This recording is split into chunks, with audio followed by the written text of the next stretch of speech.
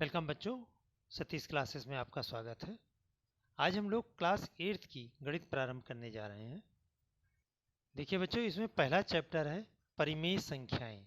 आइए परिमेय संख्याओं के बारे में जानते हैं। देखिए बच्चों, परिमेय संख्याएं हेडिंग डालकर आप लोग लिखेंगे कोई भी संख्या जो p/q के भिन्नात्मक रूप में व्यक्त की जा सके परिमेय संख्या कहलाती है, जहां p और q दोनों पूर्णांक हैं और q is not equal to 0। अतः स्पष्ट है कि सभी पूर्ण संख्याएं परिमेय संख्याएं हैं, क्योंकि हम किसी भी संख्या को p/q के रूप में लिख सकते हैं जबकि q बराबर 1 हो, अर्थात 0/1, 7/1, 29/1, 119/1 और 1,56,721/1 ये भी एक प्रकार की परिमेय संख्या है। अर्थात 0 भी एक परिमेय संख्या के रूप में रिप्रेजेंट होती है। अब बच्चों हेडिंग पड़ेगी परिमेय संख्याओं के गुण। फर्स्ट, परिमेय संख्याएं सदैव p/q के रूप में लिखी जाती हैं, जहां q कभी भी शून्य नहीं हो सकता, अर्थात q is not equal to 0, जबकि p शून्य हो सकता है, यानी अंश में शून्य हो सकता है। नंबर 2, किसी ऋण परिमेय संख्या को इस प्रकार लिखा जा सकता है कि उसका हर धनात्मक हो, जैसे 8/-12 है इज इक्वल टू 8/-12 को अगर हम -1 से ऊपर नीचे मल्टीप्लाई कर दें तो 8/12 हो जाएगा, जबकि यहाँ पर ये माइनस की वजह से ये माइनस होना चाहिए, प्रिंटिंग मिस्टेक है, तो -8/12 यानी ये पॉजिटिव हो गया डिनोमिनेटर, यानी हर धनात्मक हो गया। नंबर 3, परिमेय संख्याओं का मान अंश और हर दोनों के समान अशून्य पूर्णांकों के गुणा करने पर कभी नहीं बदलता। अशून्य पूर्णांक मतलब शून्य से अधिक, यानी शून्य ना हो, उसको बोलते हैं अशून्य पूर्णांक। अब इसमें उदाहरण देख लीजिए, -2/3, तो इसमें हम देखो अंश में भी और हर में भी 2 से हमने मल्टीप्लाई किया, या 3 से मल्टीप्लाई किया, या 4 से मल्टीप्लाई किया, या 5 से मल्टीप्लाई किया, इसके मान पर कोई भी अंतर नहीं पड़ेगा। नंबर 4, अंश और हर दोनों में समान पूर्णांक संख्या जो शून्य नहीं होनी चाहिए से भाग देने पर परिमेय संख्या का मान नहीं बदलता है। जैसे गुणा करने पर नहीं बदलता, उसी तरह से इसमें भाग करने पर भी नहीं बदलता।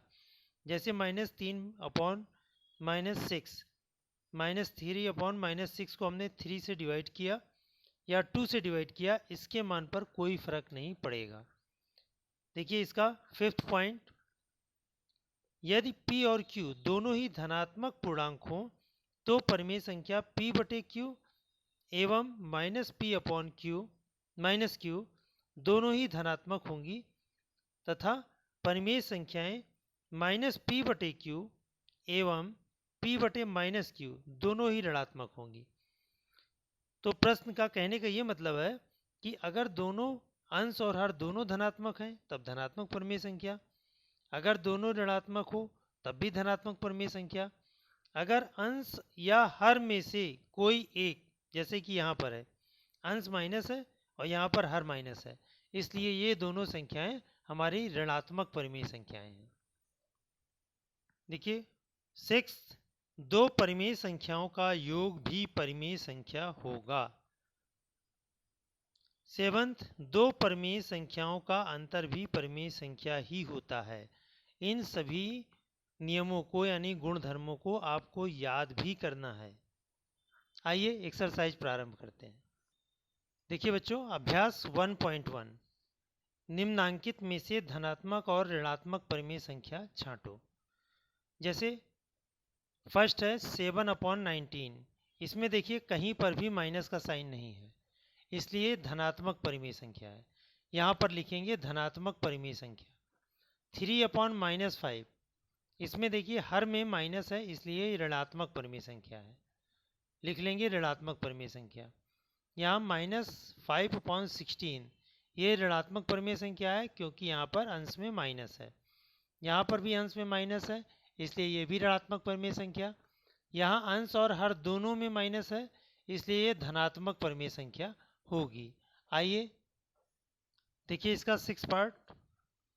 9/29, इसमें कहीं पर भी माइनस नहीं है, इसलिए धनात्मक परिमेय संख्या है। 10/21, ये भी धनात्मक परिमेय संख्या है। 11/-9, ये ऋणात्मक परिमेय संख्या है, इसमें हर में हमारा माइनस आ गया, इसलिए -16/25, ये भी ऋणात्मक परिमेय संख्या है। -18/-35, ये भी ऋणात्मक परिमेय संख्या है। इस तरह से आपका प्रश्न नंबर 1 कंप्लीट। देखिए प्रश्न नंबर 2, निम्नांकित परिमेय संख्याओं को धनात्मक हर वाली परिमेय संख्या के रूप में व्यक्त करो। इसको ऋणात्मक परिमेय संख्या में दी हुई है, इसको धनात्मक परिमेय संख्या यानी धनात्मक हर यानी हर में से माइनस को हमें हटाना है। तो इसको हम 7/-16 लिखा 13 लिखा हुआ है, तो इसको हम लिख सकते हैं -7/13। ये दोनों हमारे आपस में बराबर होंगे। ये इसमें से माइनस को ऊपर शिफ्ट कर देंगे, तो माइनस का 9/26, ये भी धनात्मक हर हो गया। इसमें देखिए दोनों में माइनस का साइन है, इसलिए माइनस साइन हट जाएगा और ये हो जाएगा 8/11। इसमें भी दोनों में माइनस साइन है, माइनस साइन हट जाएगा, तो ये हो जाएगा 5/12। धनात्मक हर हो जा रहा है। इसमें से भी माइनस हट गया, 10/17, ये भी धनात्मक हर हो गया। इसमें डिनोमिनेटर से माइनस हटा दो, -11/19, ये भी हमारा धनात्मक हर हो गया। अब 15/-23, ये सभी बच्चे स्वयं करेंगे। देखिए बच्चों, अब हम लोग प्रश्न नंबर 3 स्टार्ट करने जा रहे हैं। निम्नांकित में से कौन सी परिमेय संख्या अपने मानक रूप में है? सबसे पहले आपको ये पता होना चाहिए मानक रूप क्या होता है। अगर हम अंश और हर दोनों का महत्तम समापवर्तक निकालें और महत्तम समापवर्तक 1 हो जाए तो ये मानक रूप में होगी। तो अगर हम 2 और 3 का मासा निकालें तो केवल 1 होगा, इसलिए मानक रूप में है। 4 और 7 का मासा 1 होगा, ये मानक रूप में है। 7 और 10 का मासा 1 होगा, इसलिए ये भी मानक रूप में है। 11/-16, माइनस से कोई मतलब नहीं होगा। 11/16, इसका भी मासा 1 होगा, इसलिए मानक रूप में है। 3/4, 3 और 4 का मासा 1 होगा, ये मानक रूप में है। 5/6, 5 और 6 का मासा 1 होगा, इसलिए ये भी मानक रूप में है। तो बच्चों इसको ध्यान देना है कि हमें मासा पता लगाना है, और अगर ये मासा 1 होता है तो मानक रूप में होगा। तो इससे माइनस और प्लस से कोई मतलब नहीं है, माइनस कहीं पर भी लगा रहे, यानी इसमें सभी परिमेय संख्याएं अपने मानक रूप में हैं। आइए प्रश्न नंबर 4 प्रारंभ करते हैं। कह रहा रिक्त स्थानों की पूर्ति करो। आप सभी बच्चे अपने बुक से प्रश्नों को देखेंगे और अब हम आपको सॉल्व करना बताते हैं। देखिए बच्चों, ये आपका पहला प्रश्न है। -7/10 इज इक्वल टू, डिनोमिनेटर में 20 है, यहाँ डिनोमिनेटर में 30 है, यहाँ डिनोमिनेटर में 40 है, यानी अंश के स्थान पर कुछ ना कुछ भरना है। देखिए इसको कैसे प्रारंभ करते हैं। यहाँ पर देखिए -7 है और यहाँ पे 10 है। 10 से 20 कैसे बनेगा, तो यहाँ पर हम पहले सॉल्व करेंगे। -7/10 लिखेंगे। अब हमें यह सोचना है कि 10 को हमें 20 बनाना है, तो इससे क्लियर है कि अगर हम 20 को 10 से डिवाइड करें तो 2 आएगा। तो 2 से हम अंश और हर दोनों में गुणा करेंगे। कैसे लिखेंगे? -7 × 2 और 10 × 2, तब ये बन गया 7 2 या 14, माइनस का 14 अपॉन 10 2 या 20। सभी बच्चों को कम से कम 20 तक टेबल आनी चाहिए। अब -14 आ गया, तो यहाँ पर -14 फिल कर देंगे, हो गया। अब 30 के बारे में सोचेंगे। अब -7/10 है, तो 10 को 30 बनाने के लिए 3 से मल्टीप्लाई करेंगे। फिर यहाँ पर लिखेंगे -7/10 is equal to -7 × 3 upon 10 into 3, 7 3 या 21 अपॉन 10 3 या 30, तो -31 यहाँ पर आ जाएगा, -21। अब देखिए यहाँ पर डिनोमिनेटर में 40 है, अब इसको 10 को 4 से मल्टीप्लाई करेंगे 40 आ जाएगा। फिर उसी प्रकार से -7 upon 10 is equal to -7 into 4 upon 10 into 4 is equal to 7 4 या 28, 28 अपॉन 40, तो यहाँ पर -28 आ गया। इस तरह से आपका फर्स्ट पार्ट कंप्लीट, ये फर्स्ट पार्ट था। अब इसका सेकंड पार्ट देखते हैं। अब इसमें देखिए बच्चों, यहाँ पर 5/9, 10 अपॉन समथिंग यहाँ पे फिल करना है, यहाँ 15 अपॉन समथिंग यहाँ फिल करना है, और यहाँ 35 अपॉन समथिंग फिल करना है। तो अब जैसे कि अभी फर्स्ट पार्ट में डिनोमिनेटर में फिल करना है, इसमें न्यूमरेटर में फिल करना है, तो अब हमें ये सोचना है कि 5 से हमें 10 कैसे मिले। तो 5 को 2 से मल्टीप्लाई करें तो 10 आ जाएगा। तो अब इसको इस तरह से लिखेंगे, 5/9 is equal to 5 into 2 upon 9 into 2, तो 5 2 या 10 और 9 2 या 18, तो इसके डिनोमिनेटर में आ गया 18। अब इसमें देखिए 5 को 3 से मल्टीप्लाई करें, 5 3 या 15, यानी 5/9 is equal to 5 into 3 upon 9 into 3, तो 5 3 या 15 और 9 3 या 27, तो इसके डिनोमिनेटर में आ जाएगा 27। अब इसमें तो 5/9 इज इक्वल टू 35 लाना है, तो 5 की टेबल ऐसी पढ़ो कि 35 आ जाए, 7 5 या 35, तो 7 से मल्टीप्लाई कर दो, अंश में भी और हर में भी, तो 5 7 या 35 और 9 7 या 63, तो यहाँ पर आ जाएगा 63। ये इसका सेकंड पार्ट कंप्लीट। आइए थर्ड देखते हैं। देखिए बच्चों, इसका थर्ड पार्ट, -4/7, यहाँ पे -12 अपॉन यहाँ पे फिल करना है, -20 अपॉन फिल करना है, -44 अपॉन फिल करना है। जैसे कि अभी हमने फर्स्ट और सेकंड किया, इसको भी करेंगे। अब देखिए यहाँ 4 है, यहाँ पर 12 है, तो कॉमन सी बात है, इसको हम 3 से मल्टीप्लाई करें तो 4 3 या 12 हो जाएगा। तो जब यहाँ पे 4 3 या 12 होगा, देखिए इसको इस तरह कर लो, -4/7 is equal to -4 into 3 upon 7 into 3, तो 4 3 या 12 माइनस का 12 अपॉन 7 3 या 21, तो यहाँ पर आ गया 21। अब 4/7 से -20 लाना है, तो 5 से मल्टीप्लाई हो जाएगा, -4/7 is equal to -4 into 5 upon 7 into 5, 5 4 या 20 माइनस का अपॉन 7 5 या 35, यहाँ पर 35 फिल हो जाएगा। अब इसको भी इसी तरह करना है।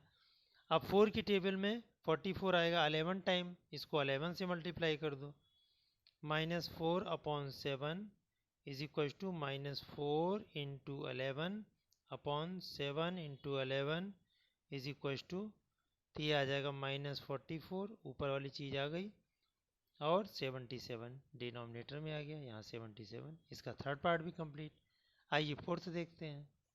देखिए बच्चों, इसका फोर्थ पार्ट 6/13, यहाँ 12 है, यहाँ डिनोमिनेटर में भरना है, यहाँ 65 डिनोमिनेटर में है, यहाँ न्यूमरेटर में भरना है, यानी अंश में भरना है।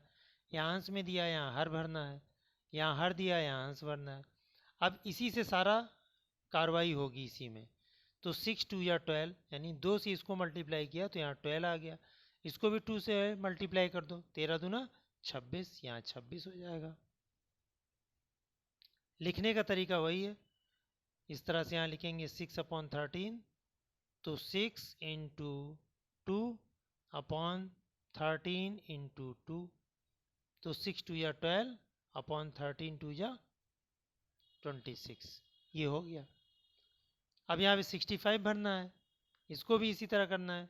6 अपॉन 13 इज इक्वल टू, अब 13 से 65 कैसे आ जाएगा, 13 5 या 65, तो नीचे अगर हम 5 से मल्टीप्लाई करेंगे तो अंश में भी हमें 5 से मल्टीप्लाई करना पड़ेगा। तो 5 6 या 30 और 13 5 या 65, तो डिनोमिनेटर हमारा आ गया 65, तो अंश में हो जाएगा 30। अब इसी प्रकार से देखिए हम इसको आपको करना बता देते हैं। 6 7 या 42, अब 13 को 7 से मल्टीप्लाई करो, 13 7 जा 91। ठीक बच्चों, अब 13 10 जा 130 होता है, तो 10 से इसको भी मल्टीप्लाई कर दो, 10 6 जा 60। इसको आप प्रॉपर तरीके से लिख लेंगे। इस तरह से आपका 4th क्वेश्चन कंप्लीट होता है। देखिए बच्चों, अब 5th क्वेश्चन, -7 अपॉन 9 को ऐसी परिमेय संख्या में व्यक्त करो जिसका अंश दिया है -35 हो, हर 54 हो, अंश 70 हो, हर 99 हो। आइए इसको सॉल्व करते हैं। सबसे पहले हम प्रश्न को इस प्रकार से लेंगे कि -7 अपॉन 9 को इस तरह सॉल्व करना है कि जिसका अंश -35 हो। अब जैसे कि अभी हमने 4th क्वेश्चन में किया था उसी प्रकार से करेंगे। देखिए 7 को हमने 5 से मल्टीप्लाई करेंगे 35 आ जाएगा, तो 9 को भी 5 से मल्टीप्लाई करेंगे, जो वैल्यू आएगी यहाँ पे हम लिख देंगे। तो इसको इस तरह लिख देंगे, 7 upon 9 is equal to -7 into 5 upon 9 into 5, तो यह आ जाएगा 7 5 या 35 और 9 5 या 45, तो यहाँ पर आ जाएगा 45। ये इसका फर्स्ट पार्ट हो गया। अब इसका सेकेंड पार्ट देखते हैं। इसमें कह रहा है हर 54 हो, तो -7 अपॉन 9 इज इक्वल टू, इसमें हर में 54 लाना है, इसको हमको लेके आना है। अब इसको भी सॉल्व करेंगे, तो 9 को कितने से मल्टीप्लाई कर दें, 54 आ जाए, तो इसको हमें सोचना पड़ेगा। 54 को 9 से डिवाइड कर लो रफ में, तो 9 6 या 54 होता है, तो इसको भी 6 से मल्टीप्लाई करेंगे, तो -7 upon 9 is equal to -7 upon 9 into ऊपर भी 6 और नीचे भी 6, तो 7 6 जा 42 और 9 6 जा 54, तो हमारा डिनोमिनेटर में 54 आ गया, तो अंश में आ जाएगा -42। अब थर्ड कह रहा है अंश 70 हो। अब थर्ड में अंश को 70 बनाना है। देखिए बच्चों, इसको इस तरह करेंगे, -7 अपॉन 9 इज इक्वल टू, अंश को हमें 70 बनाना है। अब देखिए यहाँ अंश में हमारा माइनस नहीं है, तो माइनस से हमें मल्टीप्लाई करना पड़ेगा। अब कैसे करेंगे, आइए सॉल्व करते हैं। -7 upon 9 is equal to -7 into, इसको 70 बनाना है तो -10 से मल्टीप्लाई करेंगे, तभी माइनस माइनस प्लस हो जाएगा। यहाँ पर भी 9 इंटू -10, तो ऊपर तो प्लस हो गया 70 और नीचे माइनस आ गया, माइनस का 90, तो यहाँ पर आ जाएगा माइनस का 90। अब फोर्थ में इसका कह रहा है कि 99 लाओ हर में, -7 अपॉन 9 इज इक्वल टू, हर में हमें लाना है 99, तो 99 लाने के लिए हमें 11 से मल्टीप्लाई करना पड़ेगा इसको, तो -7 upon 9 is equal to -7 into 11 upon 9 into 11, तो -77 अपॉन 99, तो अंश में आ गया -77। इस तरह से आपका फिफ्थ क्वेश्चन कंप्लीट। आइए 6 देखते हैं। देखिए बच्चों, क्वेश्चन नंबर 6 में कह रहा है निम्नलिखित परिमेय संख्याओं के अंश बताइए। ये परिमेय संख्या है, तो परिमेय संख्या में ऊपर जो संख्या लिखी होती है वो अंश होता है, तो इसको लिखिए, नीचे लिखेंगे अंश बराबर 12। इसको लिखकर अंश बराबर 6, इसको लिखकर अंश बराबर -15, इसमें अंश बराबर -67। क्वेश्चन नंबर 7, निम्नलिखित परिमेय संख्याओं में हर बताइए। नीचे वाली संख्या जो होती है भिन्न में, उसको हर बोलते हैं। इसमें हर हो गया 7, इसमें हर हो गया 49, इसमें हर हो गया -9, इसमें हर बराबर -9। हमें उम्मीद है सभी बच्चों को ये समझ में आ रहा होगा। क्वेश्चन नंबर 8, निम्नलिखित दी गई परिमेय संख्याओं को सरलतम रूप में लिखिए। इन सभी संख्याओं को सरलतम रूप में लिखना है। तो सरलतम रूप के लिए सबसे पहले इन परिमेय संख्याओं का, जो भी परिमेय संख्या दी हुई है, इस परिमेय संख्या का हमें एचसीएफ यानी महत्तम समापवर्तक निकालना पड़ेगा। आइए स्टार्ट करते हैं। देखिए बच्चों, इसमें 2/10 दिया हुआ है। सबसे पहले हम 2 और 10 का मासा निकालेंगे। देखिए यहाँ पे साइड में आप करके दिखाएंगे भी मासा कैसे निकाला जाता है। हम जो भी बड़ी संख्या होगी उस संख्या को छोटी संख्या से भाग देंगे। 2 संख्या छोटी है और 10 बड़ी है, तो 10 को हमने अंदर कर दिया, तो 2 से 10 में भाग देंगे, 2 पंचे 10, तो मासा आ गया 2। तो यहाँ पे लिखेंगे मासा बराबर 2। इस 2 से इसको हम दोनों को डिवाइड कर देंगे, तो यहाँ पर आ जाएगा 2 डिवाइडेड बाई 2, और 10 को भी हमने 2 से डिवाइड किया, तो 2 से 2 को डिवाइड करेंगे तो आएगा 1, अब 2 से 10 को डिवाइड करेंगे तो आ जाएगा 5। ये अपने सरलतम रूप में है। इसका सेकंड पार्ट है -36/180। इसमें 180 को 36 से डिवाइड करेंगे, 180 को 36 से डिवाइड करेंगे। अब देखिए शायद 5 टाइम ये चला जाए, 5 6 या 30 और 5 3 या 15, 15 और 3 18, 5 टाइम ले जाओ, 5 6 या 30, 5 3 या 15 और 3 18,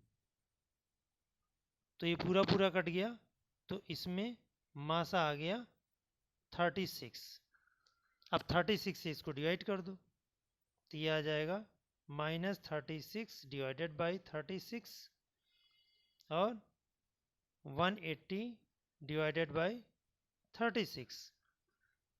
तो अब ये क्या बन जाएगा, 36 -36 को 36 से डिवाइड किया तो माइनस का 1, और 180 को 36 से डिवाइड किया तो यहाँ आ गया 5।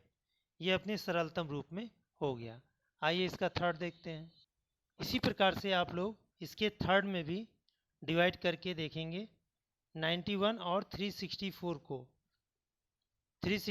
को 91 से डिवाइड करेंगे तो ये 4 टाइम जाएगा, तो इसका एचसीएफ होगा 4। 4 से इसको भी डिवाइड कर लेना, 4 से इसको भी डिवाइड कर देंगे, आंसर आ जाएगा। इसमें 15 और 25 इन दोनों का एचसीएफ आएगा 5, यानी महत्तम समापवर्तक इसका 5 आएगा, और 5 से दोनों को डिवाइड करेंगे। इसी प्रकार से इन तीनों को आपको स्वयं करना है। क्वेश्चन नंबर 9, निम्नलिखित में से कौन कौन से कथन सत्य हैं और कौन कौन से असत्य। हम -7 को -7/1 लिख सकते हैं, ये हमारा ट्रू है, सत्य। 8/-15 एक ऋणात्मक परिमेय संख्या है, ये भी ट्रू है। हम 9 को 9/1 लिख सकते हैं, ये भी ट्रू है।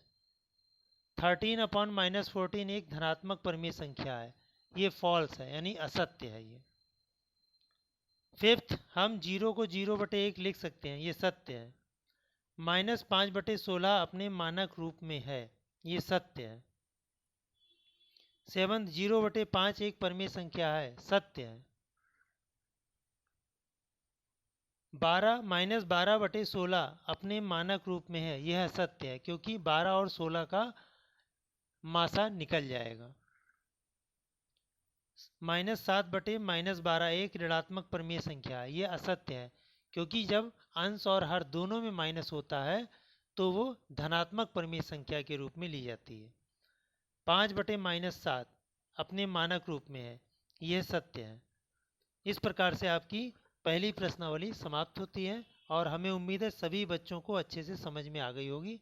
अतः वीडियो को लाइक करें, चैनल को सब्सक्राइब करें और अधिक से अधिक शेयर करें, जिससे और बच्चों का भी भला हो सके। धन्यवाद।